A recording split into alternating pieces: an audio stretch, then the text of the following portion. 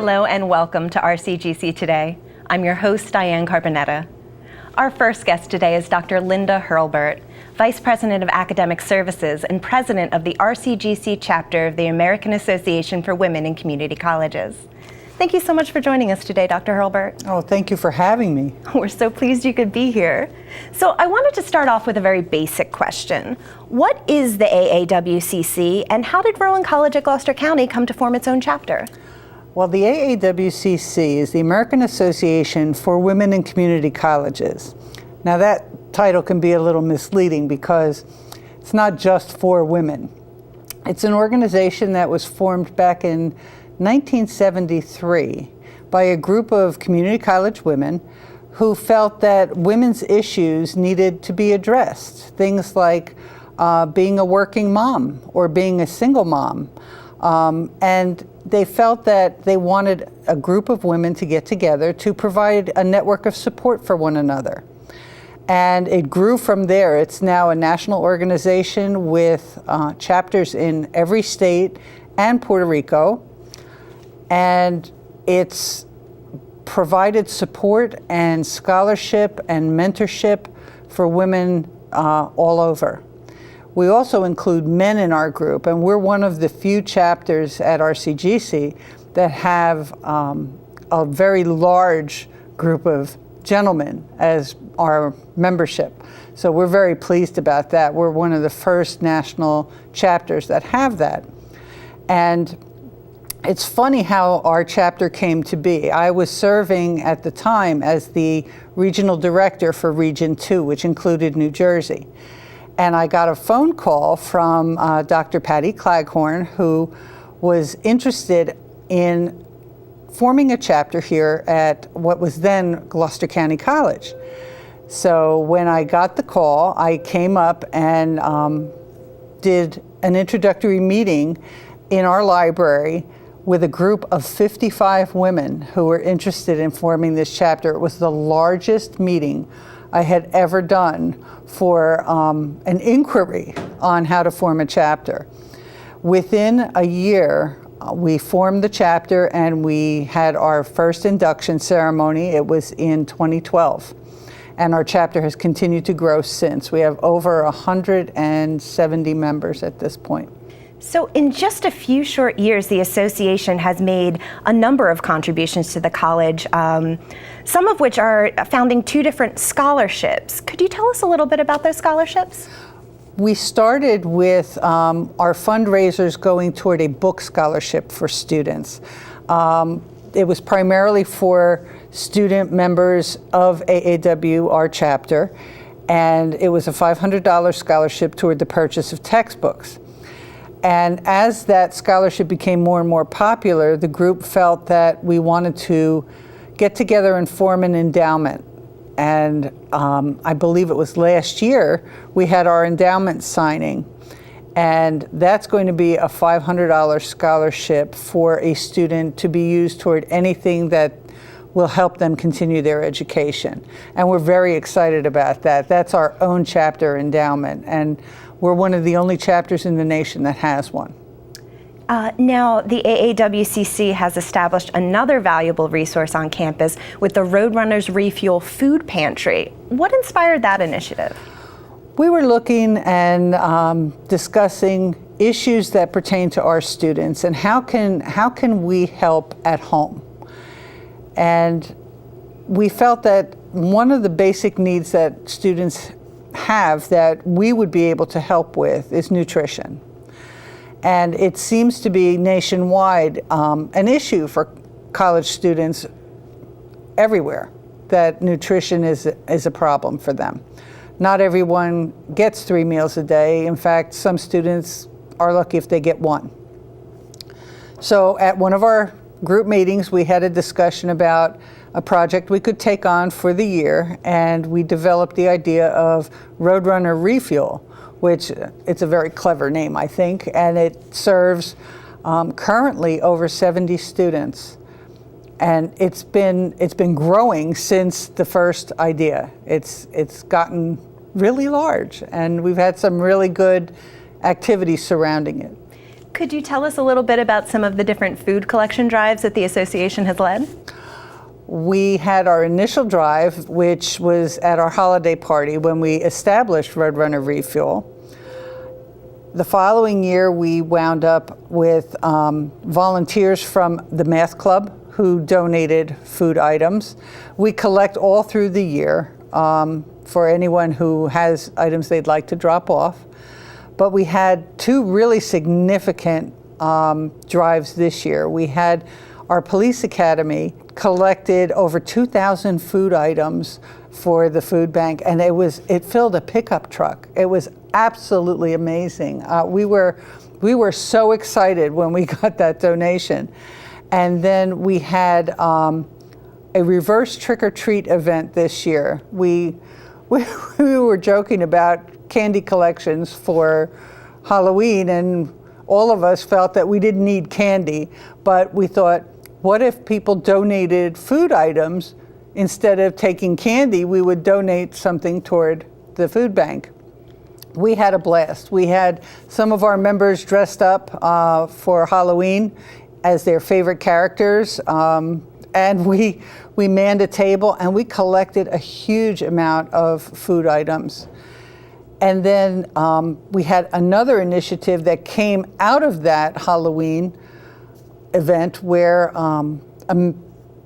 I believe she's the chapter president of the Rotary Club, was watching what we were doing, and the Rotary Club has a huge food activity that they're involved in, and they offered to sponsor our food bank. So they have partnered with us here at RCGC to support our Roadrunner Refuel. It's really exciting. Now, the AAWC has a big event coming up this April called Suit a Student. What can you tell us about that event? Suit a Student started out as an idea out of our business division with Dr. Claghorn. She has some partners in industry with Brooks Brothers, and we do internship placements for our business students, and Brooks Brothers was one of the partners. And in speaking with them, they felt that one of the things that we need to be able to teach our students before they go out on interviews is how to dress for success. And Brooks Brothers does this type of Suit a Student event for other agencies. They do for businesses. So they offered to partner with us to develop this program. And last year was our first event, and it went extremely well. So we've expanded it this year.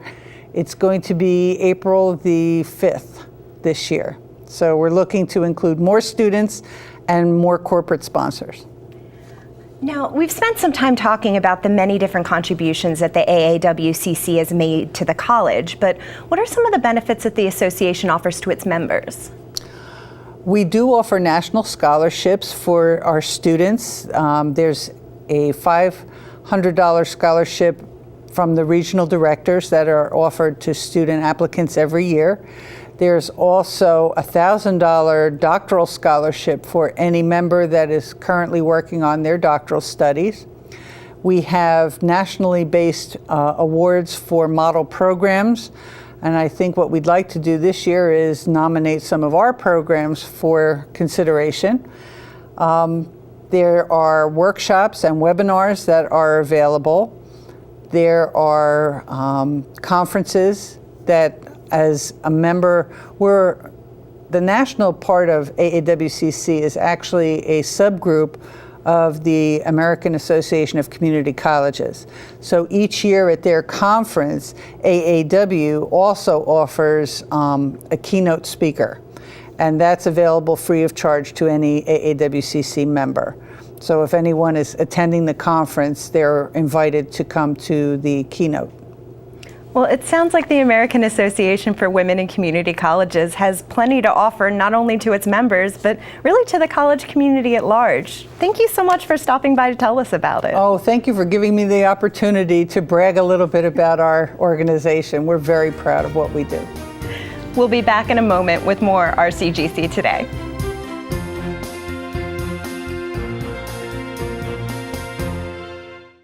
Discover a better way to pursue your education at Rowan College at Gloucester County. RCGC offers in-demand degrees, flexible schedule choices, and the best tuition value in New Jersey. Visit rcgc.edu to register.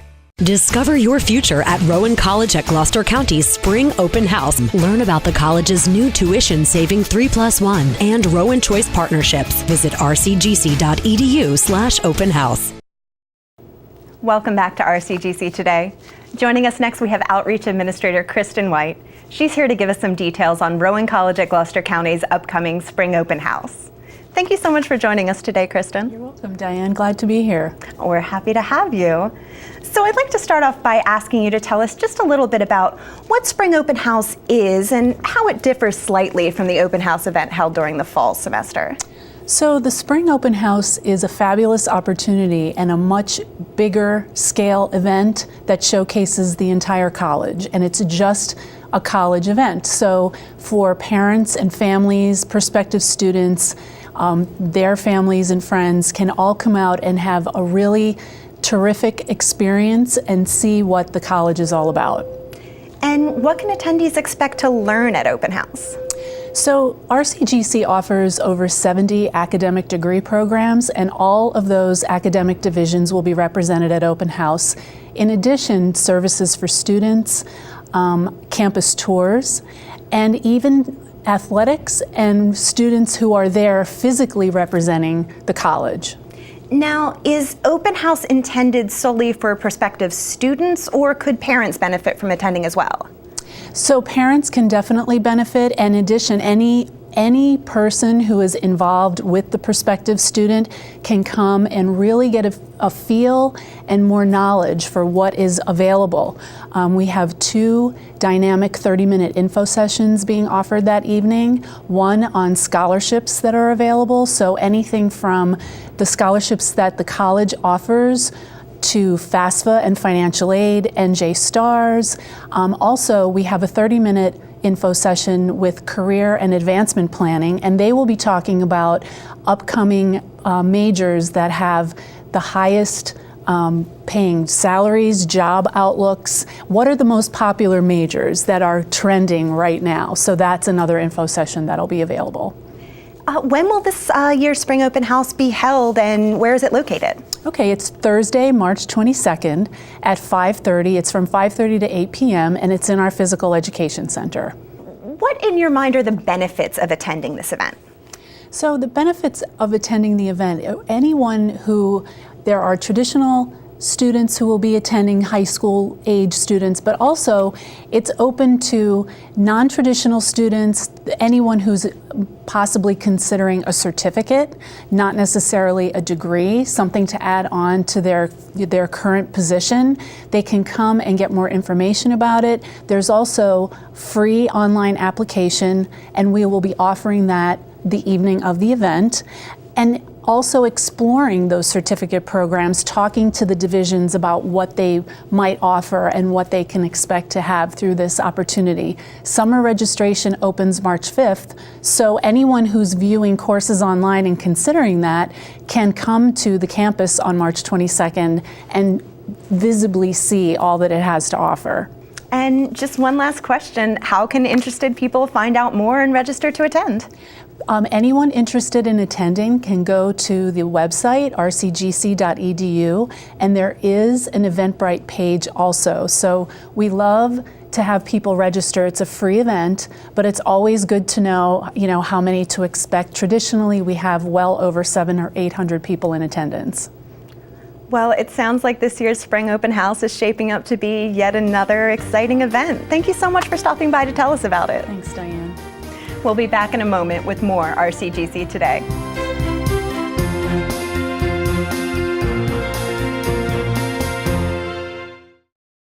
Work around your schedule with Rowan College at Gloucester County's expanding selection of online degrees. Just added business administration degree and an HR management degree. Visit rcgc.edu to register. Discover your future at Rowan College at Gloucester County's Spring Open House. Learn about the college's new tuition-saving 3+1 and Rowan Choice partnerships. Visit rcgc.edu/open house.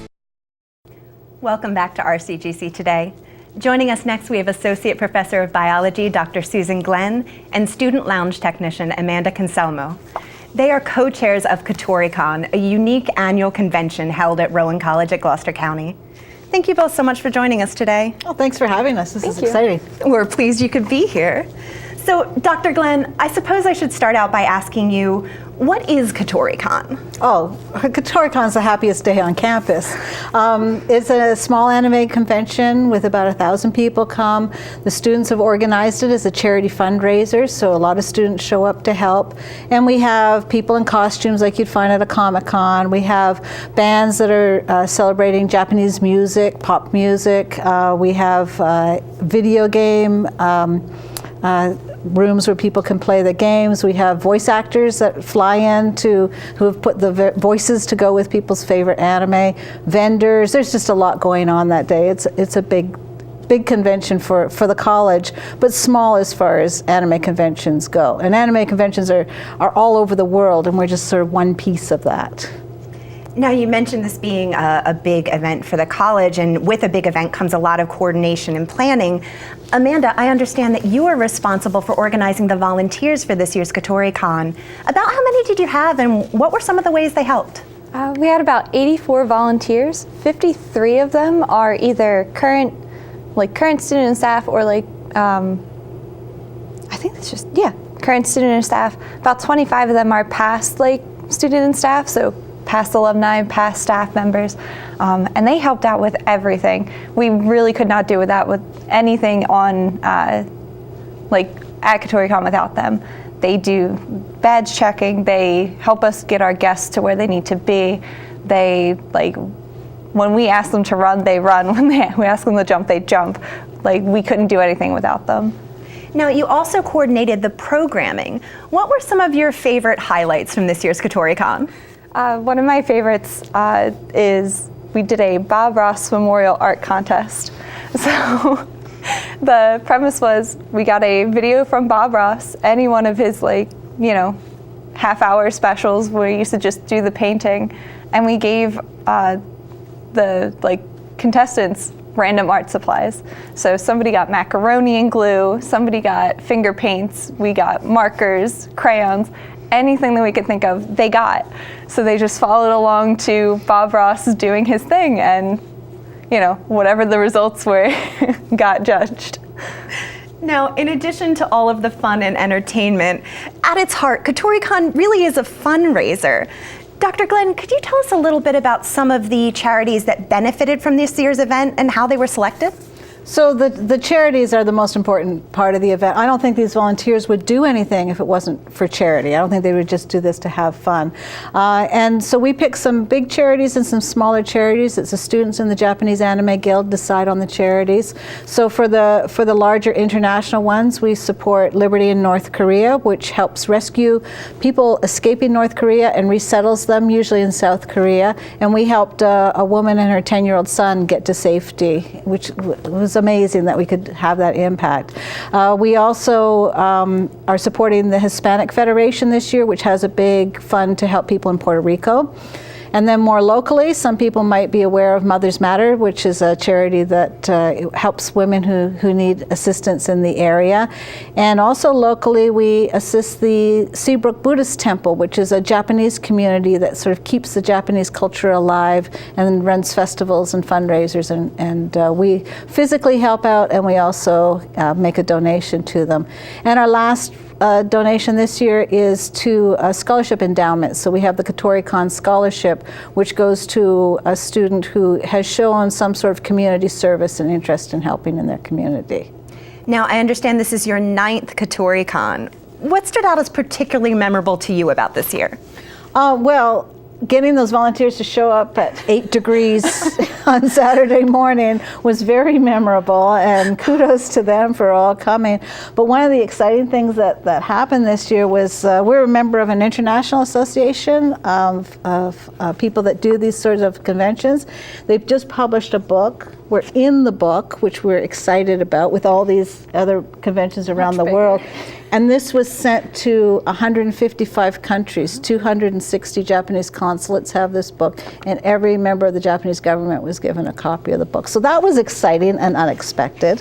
Other fun things we had going on that stood out for me, we had Tunes, the Grand Piano and Fine Arts Center, and one of our voice actors, James Carter Cathcart, who does voices from Pokemon. He's in Team Rocket, does Meowth and James if you follow Pokemon. But he's also an amazing musician, and he did a piano recital on the main stage of Fine Arts Center. And we also had a string quartet, which played music from anime and music from video games. They came down from New York. They're called Spellbound Strings, and that's a new event that we had, and that was really fun. That was very different. When normally we just have rock bands playing, so these were quite different musical events. Well, I guess the question is, can we count on a 10th KatoriCon? And if so, how do people stay informed? Well, we are planning the 10th. We already started planning. We have our theme for the 10th one, which is mecha, which are Japanese robots. So we're taking a robotic theme this year. We're pretty excited about that. And our website is katoricon.org. So as we put together the pieces, we will put them on the website. Well, it sounds like a really fun event that benefits some remarkable causes. Thank you both for coming by to tell us about it. Well, thanks for giving us the opportunity. Thank you. We'll be back in a moment with more RCGC Today.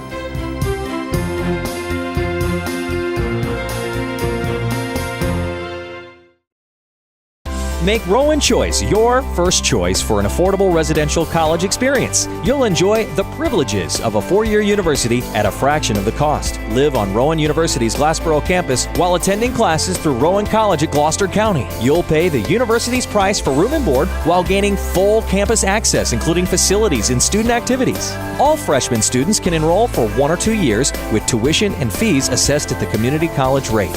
Rowan Choice makes academic achievement affordable.